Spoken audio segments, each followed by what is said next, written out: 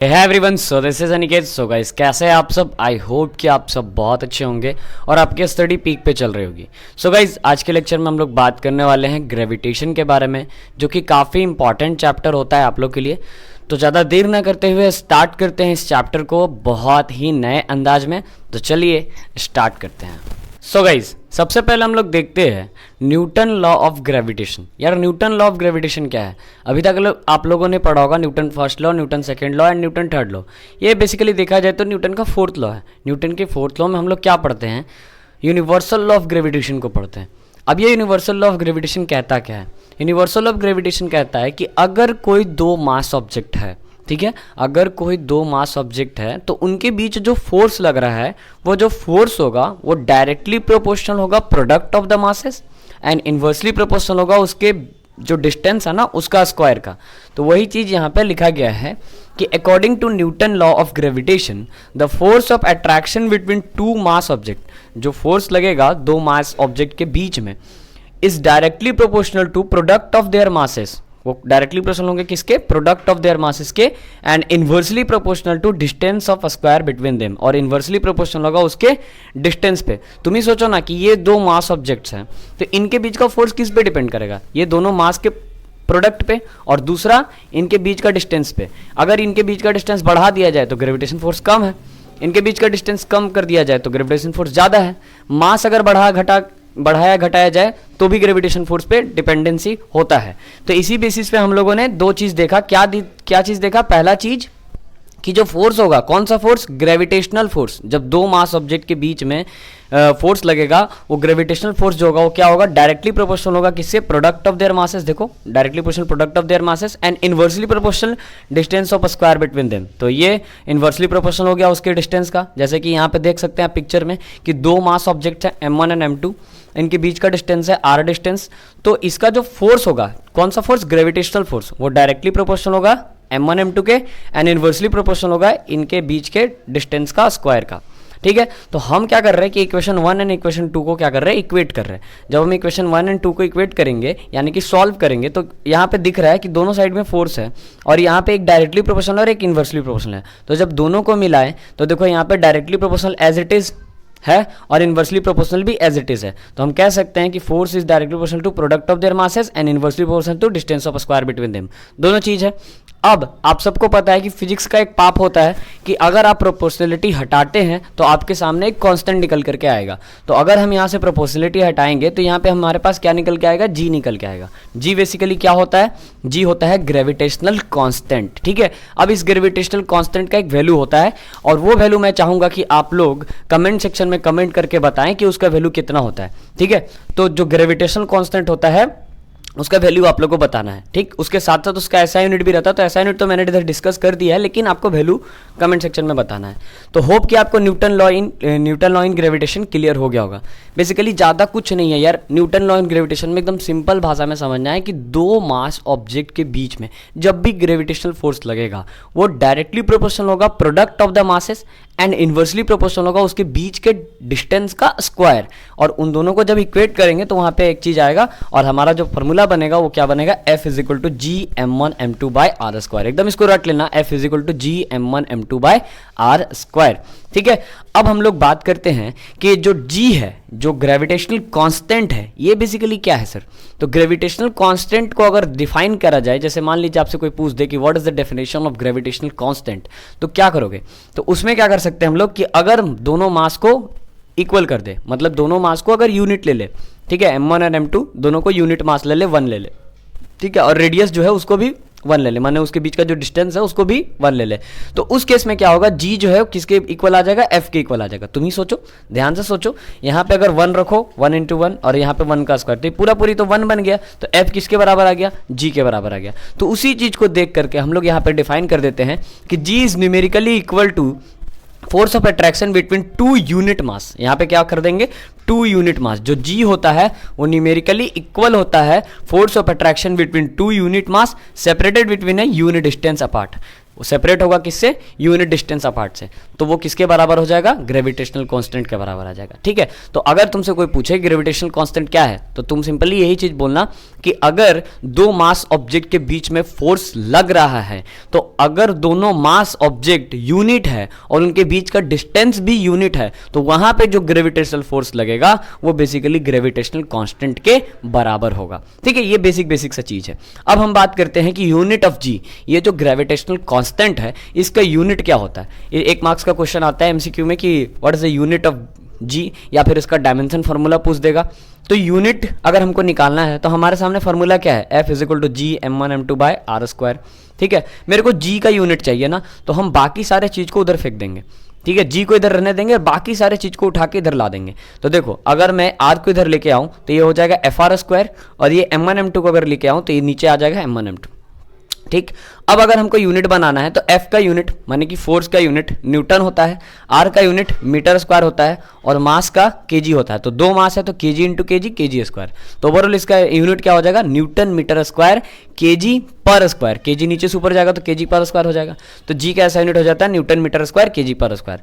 अब बात आता है यहाँ पे डायमेंशन फार्मूला का। तो डायमेंशन फार्मूला मैंने डायरेक्टली लिख दिया है कि m to the power -1 l to the power cube and t to the power -2। अब ये कैसे होता है, तो इसको कुछ नहीं, यही सेम फार्मूला रखना है और न्यूटन के जगह पर पुट करना है आपको mlt-2। मीटर स्क्वायर है तो उसके जगह पे एल स्क्वायर पुट करना है, केजी के जगह पे आपको एम स्क्वायर पुट करना है, देन उसको आपको सॉल्व कर देना है। सॉल्व करके जो भी चीज आएगा वो आपका यही आएगा। ठीक है, तो कुछ नहीं करना, बस न्यूटन के जगह पे mlt-2 रखना है। क्यों mlt-2 रखना है, क्योंकि फोर्स का जो डायमेंशन फार्मूला होता है वो होता है mlt-2। यहाँ mlt-2 रखो, ये मीटर है तो मीटर के लिए एल हो जाएगा तो एल स्क्वायर, और केजी के लिए एम हो जाएगा तो एम स्क्वायर। और देन इसको सॉल्व कर दो, सॉल्व करोगे तो यही चीज आएगा। ठीक है, क्लियर।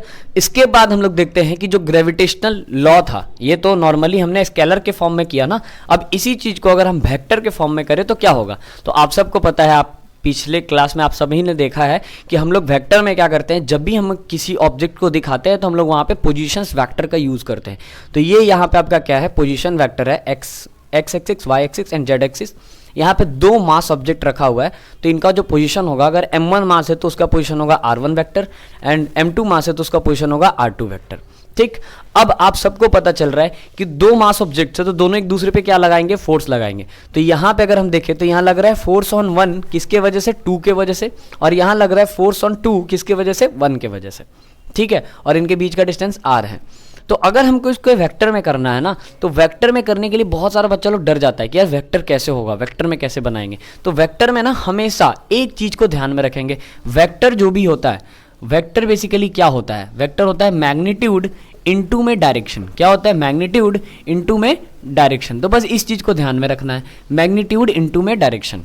तो अगर हम देखें तो हमको F12 वेक्टर निकालना है, माने फोर्स ऑन 1 ड्यू टू 2 निकालना है। तो इसमें हमको क्या होगा, मैग्नीट्यूड इनटू में डायरेक्शन। तो ये देखो फोर्स 1 2 ये हो गया आपका मैग्नीट्यूड, और ये हो गया आपका कैप का साइन दिया है, आर कैप का। वेक्टर वाले लेक्चर में मैंने बताया था, जब भी डायरेक्शन दिखाते हैं कैप का साइन देते हैं। तो आर कैप 1 2 मतलब कि ये इसको डायरेक्शन में बता रहा है और ये इसका मैग्नीट्यूड है। ठीक है, तो F12 वेक्टर जो होगा वो F12 magnitude into are cap 1 2 मतलब कि ये डायरेक्शन बता रहा है। ठीक, अब अच्छा F12 का जो वैल्यू होगा क्या होगा, G m1 m2 by R square, और आर कैप 1 2 यहाँ पे इसका क्या बता रहा है, डायरेक्शन बता रहा है। तो डायरेक्शन में एज इट इज लिख दिया। इसी तरह से हम F21 को भी लिख सकते हैं। तो फोर्स ऑन 2 ड्यू टू 1, तो उसमें भी वही चीज लिखाएगा, G m1 m2 by R square, और यहाँ पे डायरेक्शन में आर कैप 2 1। ठीक है, मतलब कि डायरेक्शन इसका जो हो रहा है 2 से 1 की तरफ जा रहा है, तो वो चीज लिखा हुआ है। अब अगर आप लोग देखें तो यहाँ पे ऑलमोस्ट सारा चीज सेम है, बस डिफरेंट क्या है, ये दोनों डिफरेंट है। बाकी ये वैल्यू और ये वैल्यू दोनों का मैग्नीट्यूड क्या हो रहा है, सेम हो रहा है। देखो ये F12 था और F21 था, तो दोनों का मैग्नीट्यूड तो सेम है लेकिन डायरेक्शन अलग है। तो वही चीज मैंने लिखा कि hence R12 vector is negative of R21 vector, मतलब कि एक दूसरे के अपोजिट में लगा रहे हैं, इसीलिए यहाँ पे नेगेटिव रखा। तो इस बेसिस पे हमारा जो फोर्स होगा, फोर्स ऑन 1 ड्यू टू 2 और फोर्स ऑन 2 ड्यू टू 1, दोनों एक दूसरे के क्या होंगे, अपोजिट होंगे। यही होता है आपका ग्रेविटेशनल लॉ का वेक्टर फॉर्म। तो कोई बहुत बड़ा चीज नहीं था ये। ठीक है, तो इसमें आपका क्या पूछ सकता है, इसमें आपसे पूछ सकता है कि डायमेंशन फार्मूला क्या होगा, फिर उसके बाद आपका SI यूनिट्स पूछ सकता है, ठीक है, उसके बाद ये लॉ के बारे में पूछ सकता है, ठीक है, इससे ज़्यादा नहीं। और इस पे एक आध क्वेश्चंस भी आ सकते हैं कि जैसे 3 kg का मास है, 2 kg का मास है, बीच में डिस्टेंस है 3 मीटर, तो बताओ ग्रेविटेशनल फोर्स कितना होगा। तो वो सब चीज़ तो आप कैलकुलेट करके निकाल सकते हैं। तो होप गाइस कि आपको ये चीज़ क्लियर हो गया होगा। अगर क्लियर नहीं हुआ तो कमेंट सेक्शन में कमेंट करके बता देना। नेक्स्ट पार्ट में जब भी हम लोग बात करेंगे तो उस वक्त आपको मैं ये चीज़ क्लियर कर दूंगा, ठीक है। तो जल्दी से ले लीजिए आप लोग इसका स्क्रीनशॉट, फिर हम लोग देखते हैं एक्सीलरेशन ड्यू टू ग्रेविटी को, ठीक है। तो जल्दी से ले लीजिए आप लोग इसका स्क्रीनशॉट। सो गाइज अब हम बात करते हैं एक्सीलरेशन ड्यू टू ग्रेविटी के बारे में। तो देखिए एक्सीलरेशन ड्यू टू ग्रेविटी कोई बहुत बड़ा चीज़ नहीं है, बहुत ही सिंपल सी चीज़ है। आपने बहुत सारा न्यूमेरिकल भी इसके ऊपर करा है और आपका वैल्यू भी याद है। अगर मैं पूछूं कि आपको स्मॉल जी का वैल्यू क्या होता है, या फिर मैं आपसे पूछूं कि अगर किसी ऑब्जेक्ट को हम ऊपर से नीचे ऐसे ड्रॉप कराते हैं, जैसे मैंने इसको इस ऑब्जेक्ट को ऐसे छोड़ा, तो जब मैंने इसको ड्रॉप कराया तो ये एक एक्सीलरेशन से नीचे आ रहा होगा, है ना। तो वो जो एक्सीलरेशन है वो एक्सीलरेशन का वैल्यू कितना होता है, तो आप सबको पता है 9.8 मीटर पर सेकेंड होता है। अब ये जो एक्सीलरेशन है ये हर बॉडी के लिए सेम होता है, चाहे इस मार्कर को गिराओ, चाहे एक हाथी को गिराओ, चाहे कुछ दुनिया का कोई भी चीज को अगर अर्थ सरफेस पे गिराते हैं तो कितना एक्सीलरेशन से आएगा, 9.8 मीटर पर सेकेंड के एक्सीलरेशन से आता है। न्यूमेरिकल वैल्यू में उसको हम लोग 10 लेते हैं। तो अगर हम देखें कि एक्सीलरेशन ड्यू टू ग्रेविटी होता क्या है, अगर कोई पूछे तुमसे कि what is acceleration due to gravity, माने तुम्हें डिफाइन करना हो कि एक्सीलरेशन ड्यू टू ग्रेविटी होता क्या है। ड्यू टू ग्रेविटी कोई बहुत बड़ा चीज नहीं है, सिंपल सी बात है कि ये एक कांस्टेंट एक्सीलरेशन होता है। कांस्टेंट एक्सीलरेशन क्यों होता है, क्योंकि दुनिया का कोई भी ऑब्जेक्ट को अगर अर्थ सरफेस पे फ्री फॉल करा हो तो वो कांस्टेंट एक्सीलरेशन से ही गिरेगा, जो कि होता है 9.8 मीटर पर सेकेंड स्क्वायर, ठीक है। 9.8 मीटर पर सेकेंड स्क्वायर के एक्सीलरेशन से ही वो नीचे गिरता है। तो ये जो एक्सीलरेशन है ये बेसिकली अगर थोड़ा सा ध्यान से समझा जाए तो ये कांस्टेंट एक्सीलरेशन है जो अर्थ सरफेस के फोर्स ऑफ अट्रैक्शन की वजह से होता है, ठीक है। तो वही चीज हमने यहां पे लिखा है कि it is a constant acceleration produces bye a body. ये एक कांस्टेंट एक्सीलरेशन होता है जो प्रोड्यूस होता है एक बॉडी के द्वारा, कोई भी बॉडी के द्वारा, because of earth force of attraction. ये मेन चीज है, because of earth force of attraction. Earth force of attraction के वजह से उसके अंदर कोई भी बॉडी के अंदर एक कांस्टेंट एक्सीलरेशन आता है। उसी एक्सीलरेशन को हम लोग क्या बोलते हैं, एक्सीलरेशन ड्यू टू ग्रेविटी बोलते हैं, जिसका वैल्यू कितना होता है 9.8 मीटर पर सेकेंड स्क्वायर, ठीक है। तो अब अगर हम लोग आगे देखें कि यार ये जो स्मॉल जी का वैल्यू निकाल के लाया गया 9.8 मीटर पर सेकेंड स्क्वायर, ये कैसे लाया गया, ये कैसे लोगों को पता चला कि 9.8 मीटर पर सेकेंड स्क्वायर ही होता है, कुछ और भी तो हो सकता था। तो उसके लिए हम लोग पढ़े relation between small G and capital G. जो आपका कैपिटल जी होता है वो होता है ग्रेविटेशनल कांस्टेंट, और स्मॉल जी जो होता है वो आपका होता है एक्सीलरेशन ड्यू टू ग्रेविटी। तो इन दोनों के बीच में हम लोग को रिलेशन करना है। तो समझ लेते हैं, यहाँ ये है आपका एक अर्थ सरफेस। हालांकि हमारा अर्थ सरफेस इस तरह का नहीं होता, हमारा अर्थ इस तरह का नहीं होता। हमारा अर्थ बेसिकली देखा जाए तो इलिप्टिकल शेप का होता है, बेसिकली इलिप्सॉइड्स उसको बोलते हैं। तो हम लोग इंडिया में पढ़ रहे हैं तो इंडिया में हम लोग बहुत सारा चीज़ एजम्पशन करके पढ़ते हैं, ठीक है। तो इंडिया में हम लोग मान लेते हैं कि ये जो हमारा अर्थ सरफेस है वो बेसिकली एक स्पेयर है, ठीक है। ऐसा ट्रीट करके चलते हैं कि जो हमारा अर्थ सरफेस है वो कैसा है, एक स्पेयर है। तो स्पेयर है तो स्पेयर में ये वाला जो चीज़ है ये आपका रेडियस ऑफ अर्थ है, ये एम मतलब मास ऑफ अर्थ है, और यहाँ पे हमने कोई एक मास ऑब्जेक्ट को रख दिया है, ठीक है। तो अगर हम देखें तो according to Newton law of gravitation के हिसाब से जो फोर्स होता है वो क्या होता है, जी m1 m2 by R square होता था ना। तो यहाँ पे m1 तो एक मास ऑब्जेक्ट माने अर्थ हो गया और दूसरा एक मास ऑब्जेक्ट हो गया, तो G M E into M by R E का स्क्वायर। इसका मतलब समझ रहे होगे आप लोग, m1 m2 होता था ना, तो यहाँ पे एक मास जो है वो अर्थ है, दूसरा मास एक मास ऑब्जेक्ट है, और जो रेडियस है इनके बीच का वो रेडियस ऑफ अर्थ है, तो आर ई का स्क्वायर। अब आपको कमेंट सेक्शन में ये भी बताना है कि मास ऑफ अर्थ कितना होता है, रेडियस ऑफ अर्थ कितना होता है, एंड डेंसिटी ऑफ अर्थ कितना होता है। ये एक एक मार्क्स का क्वेश्चन यहाँ से बनता है। तो mass of earth, radius of earth, density of earth, gravitational constant का वैल्यू, ये सारा चीज आपको एक एक मार्क्स का क्वेश्चन बनाता है। तो ये सारा चीज आप लोग इजिली याद कर सकते हैं, ठीक है। अच्छा, आगे अगर देखें तो न्यूटन लॉ ऑफ ग्रेविटेशन के हिसाब से ये चीज हो गया। अच्छा, न्यूटन सेकेंड लॉ के हिसाब से क्या होता है, न्यूटन सेकेंड लॉ में हम लोग को बोला जाता था force is directly proportional to mass and acceleration. मतलब न्यूटन सेकेंड लॉ के हिसाब से F is equal to ma वाला फॉर्मूला आता था, मास इंटू एक्सेलरेशन वाला। तो अगर हम जानते हैं कि फोर्स का फॉर्मूला मास इंटू एक्सेलरेशन होता है, तो यहां अगर एक्सेलरेशन को हम g के बराबर कर दें तो फोर्स का formula mass into acceleration due to gravity होता है। और इस फोर्स को हम लोग फोर्स नहीं बेसिकली वेट बोलते हैं। वेट समझ रहे हो ना, वेट हमारा वजन। तो हमारा जो वेट होता है वो भी एक तरह का फोर्स होता है, ठीक है। अब बहुत सारे बच्चों में कंफ्यूजन रहता है, सर वेट और मास में क्या डिफरेंस है। तो देखो वेट जो है ना, वेट एक तरह का फोर्स है। वेट को अगर नापा जाए तो उसको न्यूटन में नापेंगे, लेकिन जो मास है ना, मास बेसिकली क्या होता है कि आपके बॉडी में कितना क्वांटिटी है, ठीक है, कितना क्वांटिटी में सब्सटेंस है, तो उसको हम लोग केजी में नापते हैं। क्लियर। तो वेट अलग चीज है, केजी अलग चीज है। वेट जो होता है डिफरेंट डिफरेंट प्लैनेट पे चेंज होते रहता है, लेकिन मास जो होता है डिफरेंट डिफरेंट प्लैनेट पे चेंज नहीं होगा, क्योंकि मास का मतलब होता है कि आपके बॉडी में कितने कंस्टिट्यूएंट पार्टिकल से मिलकर आपका बॉडी बना है, मतलब कितना स्पेस ऑक्यूपाई करता है, कितना आपके बॉडी का पार्टिकल्स है, उसको मास बोलते हैं। और वही मास को अगर हम अर्थ सरफेस पे देखें, मतलब कि जी के अकॉर्डिंग देखें, तो वो वेट कहला जाता है। ठीक है। तो एक निष्कर्ष अगर हम देखें सिंपल सा, तो न्यूटन लॉ ऑफ ग्रेविटेशन के हिसाब से ये फॉर्मूला आया, और न्यूटन सेकेंड लॉ के हिसाब से mg आया, है ना। मास इंटू एक्सीलरेशन होता था, लेकिन एक्सीलरेशन के जगह पे हमने जी रख दिया, क्योंकि ये भी तो एक्सीलरेशन है ना, तो मास इंटू जी रख दिया। अब अगर हम दोनों को इक्वेट करेंगे तो mg इज इक्वल टू क्या हो जाएगा, G M E M by R E का स्क्वायर। अब यहां से तुम थोड़ा ध्यान से सोचो, ये जो मास ऑब्जेक्ट है और यहां पे जो मास ऑब्जेक्ट है, दोनों हो गया कैंसिल, तो ओवरऑल क्या बचेगा, g is equal to G M E by R E का स्क्वायर। अब आपको g का वैल्यू पता है ना, g का वैल्यू आपको पता है, मास ऑफ अर्थ का भी वैल्यू आपको पता है, और रेडियस ऑफ अर्थ का भी वैल्यू आपको पता है। इन सारे वैल्यूज को डालिए, इन सारे वैल्यूज को डालने के बाद आपका जो g का वैल्यू आएगा वो 9.8 मीटर पर सेकेंड स्क्वायर के बराबर आएगा। अब यहाँ पे अगर इस चीज को यहाँ लेके चले जाए तो ओवरऑल क्या आ जाएगा, G M E is equal to G R E का स्क्वायर। और इस फॉर्मूले को याद रखना आप लोग के लिए बहुत इंपॉर्टेंट है, क्योंकि आगे जाके इसका बहुत जरूरत पड़ेगा। तो होप कि आपको रिलेशन समझ में आ गया होगा small G and capital G के बीच में, बहुत ही सिंपल सा चीज था। ठीक है। अब हम लोग थोड़ा सा आगे मूव करते हैं और आगे मूव करके देखते हैं कि यही चीज, ये जो स्मॉल जी है, इसको डेंसिटी के टर्म में कैसे बताएंगे।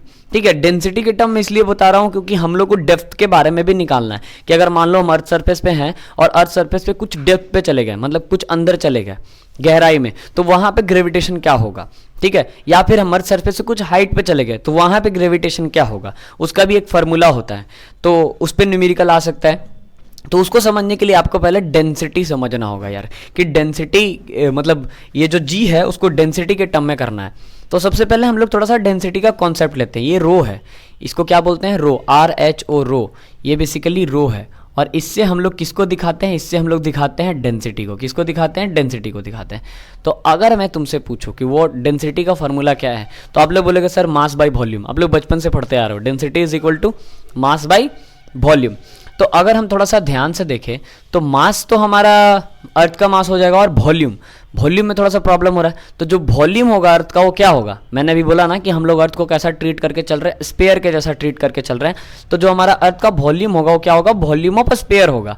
तो अगर हम देखें तो मास ऑफ अर्थ क्या होता, अगर हम यहाँ से मास निकालें तो ओवरऑल ये वॉल्यूम इधर चला जाएगा, तो मास जो होगा हमारा क्या होगा, डेंसिटी इंटू वॉल्यूम। तो देखो डेंसिटी, रो मतलब डेंसिटी, और वॉल्यूम किसका है यहाँ पे, वॉल्यूम, ये जो वॉल्यूम है ये किसका वॉल्यूम है, ये आपका है वॉल्यूम ऑफ स्पेयर।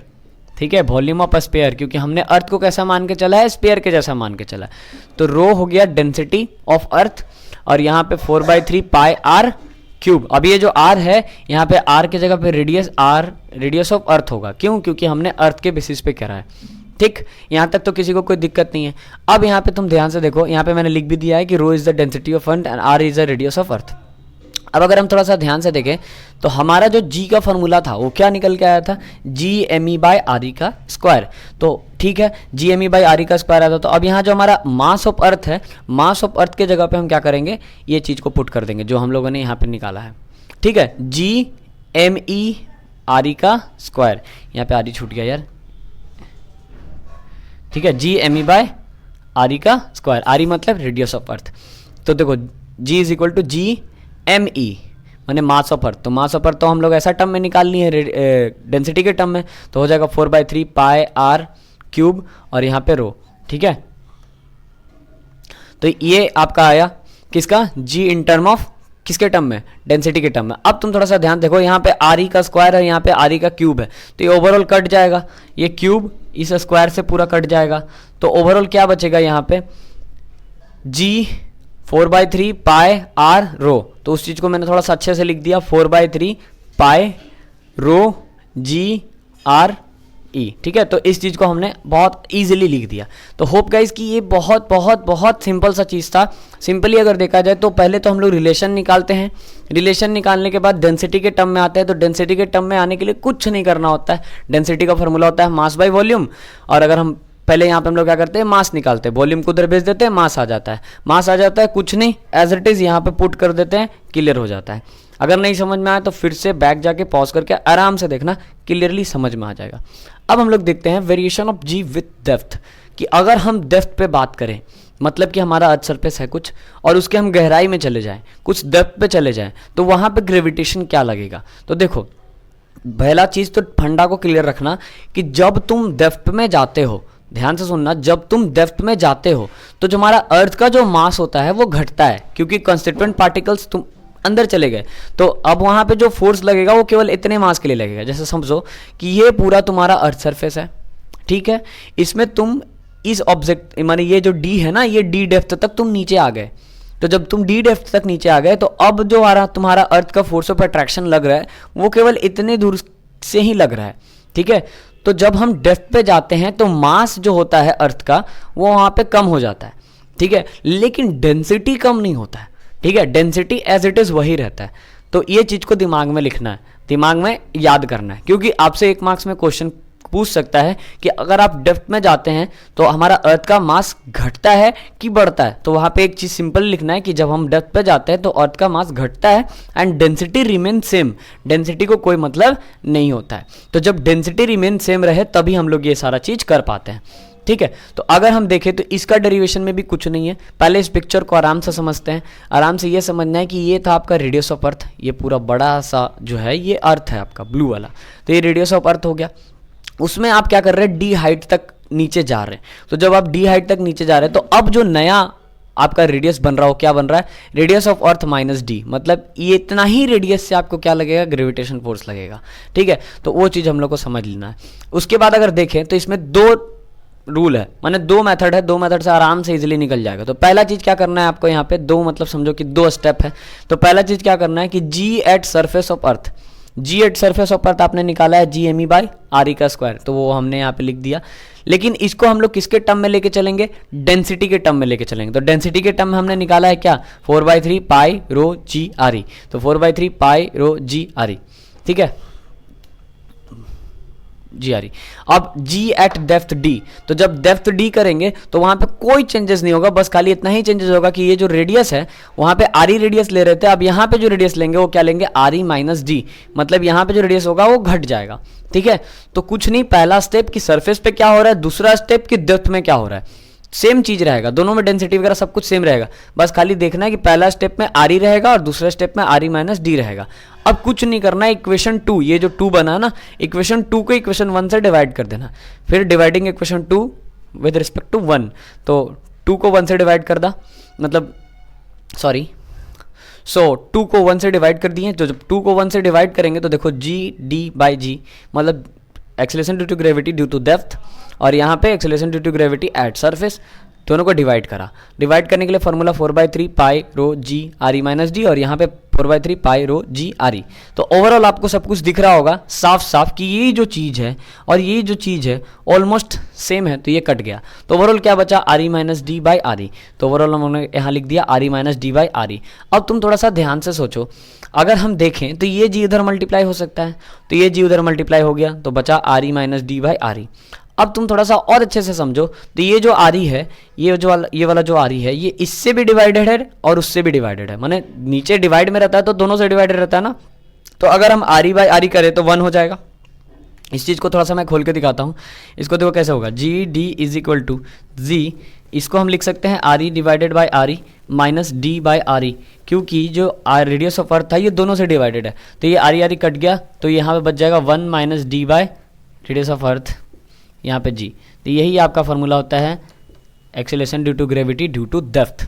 माने कि डेप्थ पे एक्सेलरेशन ड्यू टू ग्रेविटी क्या होता है, उसका फॉर्मूला यही है। तो होप गाइस कि आपको ये चीज़ क्लियर हुआ होगा, और इससे बहुत सारा क्वेश्चन बनता है डेप्थ पे और आपका हाइट पे। तो अभी हम लोगों ने डेप्थ वाला पार्ट कवर करा, फिर हम लोगों ने हाइट वाला पार्ट कवर करेंगे, फिर उसके बाद हम लोग देखेंगे एस्केप वेलोसिटी क्या होता है और ऑर्बिटल वेलोसिटी क्या होता है, फिर ग्रेविटेशनल पोटेंशियल एनर्जी, और उसके बाद जियो स्टेशनरी सैटेलाइट्स और कुछ कीपलर्स के कुछ लॉ, और उसके बाद चैप्टर फिनिश। ठीक है, तो जल्दी से ले लीजिए आप लोग इसका स्क्रीन शॉट।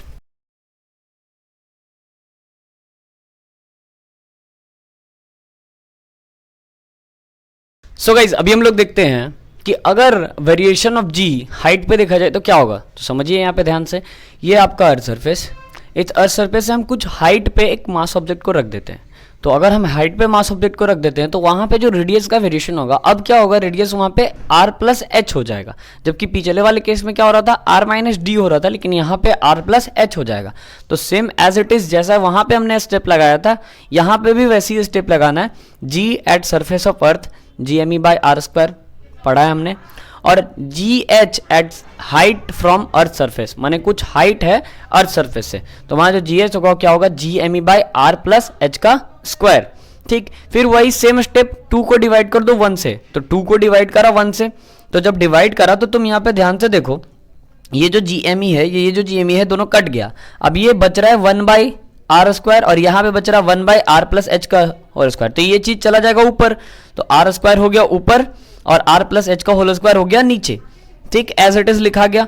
अब ये क्रॉस मल्टीप्लाई हो जाएगा, तो G H by G is equal to, अच्छा यहाँ पे मैंने क्रॉस मल्टीप्लाई ना करके एक स्टेप आपको दिखाया है। मैक्सिमम बच्चे इस स्टेप को लेके कंफ्यूज हो जाते हैं कि सर ये चीज क्या हो जाता है, ऐसे फार्मूला कैसे बन जाता है। ठीक है, तो देखो ध्यान से ये फार्मूला कैसे बनता है। अगर हम इसको थोड़ा सा ध्यान से देखें तो ये आर प्लस एच का होल स्क्वायर है। अगर मैं यहाँ से आर स्क्वायर को कॉमन लूँ, क्यों आर स्क्वायर को कॉमन लेना है, क्योंकि ऊपर वाला मेरे को उड़ाना है, ऊपर वाला मेरे को हटाना है। तो अगर मैं यहाँ से आर स्क्वायर को कॉमन लूँ तो यहाँ पे तो बच जाएगा 1, लेकिन यहाँ पे आर स्क्वायर आर है ही नहीं, आर स्क्वायर क्या आर ही नहीं है, तो यहाँ पे आर आ जाएगा डिवाइड में, और हमने स्क्वायर कॉमन लिया तो होल पे स्क्वायर रहेगा, तो ये बन जाएगा h बाय आर। ठीक है, तो क्लियर है। तो आर स्क्वायर जब हम कॉमन लेते हैं तो यहाँ पे बन जाता है 1 और यहाँ पे बन जाता है h by R. h by R क्यों बन रहा है, क्योंकि यहाँ पे r है ही नहीं, तो h बाय आर बना, और होल पे स्क्वायर था, तो ओवरऑल अगर इसको हम फिर से डालें तो वही चीज होता है। ठीक है, तो आर स्क्वायर जब हम कॉमन लेंगे तो ये आर स्क्वायर कैंसिल हो गया, तो ओवरऑल क्या बचेगा, ये जी जो है ये अब यहाँ चला गया, तो ये जब जी उधर चला जाएगा तो g divided by 1 plus H by R का होल स्क्वायर, ये चीज बचा। अब ये नीचे है, नीचे से ऊपर जाएगा तो पावर -2 हो जाएगा, तो वही चीज हमने लिखा G H is equal to G 1 plus H by R, ऊपर में पावर -2 इसलिए किया क्योंकि नीचे से ऊपर गया। अब आता है मेन स्टेप। यहाँ पे इस स्टेप के बाद हम लोग यूज करते हैं बाइनोमियल थ्योरम का। अब ये बाइनोमियल थ्योरम क्या होता है, आप लोगों ने में बहुत सारे बच्चे पढ़े होंगे, बहुत सारे बच्चों को पता होगा कि बाइनोमियल थ्योरम क्या होता है, और बहुत कोई को नहीं पता होगा। तो चलिए कोई बात नहीं, अगर मान लीजिए आपके सामने मैं ऐसा करूँ 1 प्लस एक्स उसका होल स्क्वायर, तो इसका आप फार्मूला में तोड़ेंगे तो क्या लिखेंगे, A square plus B square plus 2a into B, तो ओवरऑल क्या आ जाएगा 1 plus x square plus 2x, ये चीज आएगा ना, 1 plus x square plus 2x।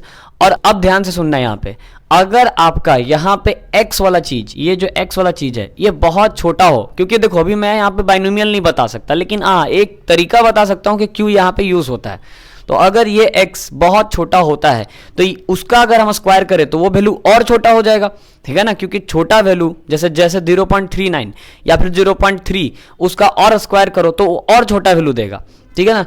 तो जब x बहुत छोटा है और उसका हम स्क्वायर करते हैं तो ये लगभग क्या हो जाता है, नेग्लेक्ट हो जाता है। तो नेग्लेक्ट होने का क्या बचता है, 1 प्लस 2x बचेगा। तो अगर हम देखें तो हमारा ओवरऑल क्या आया, 1 प्लस एक्स का स्क्वायर बेसिकली क्या आ जा रहा है, 1 प्लस 2x आ जा रहा है, मतलब x के सामने पावर आ जा रहा है, ये वाला x के सामने पावर आ जा रहा है, यही बेसिकली बाइनोमियल है।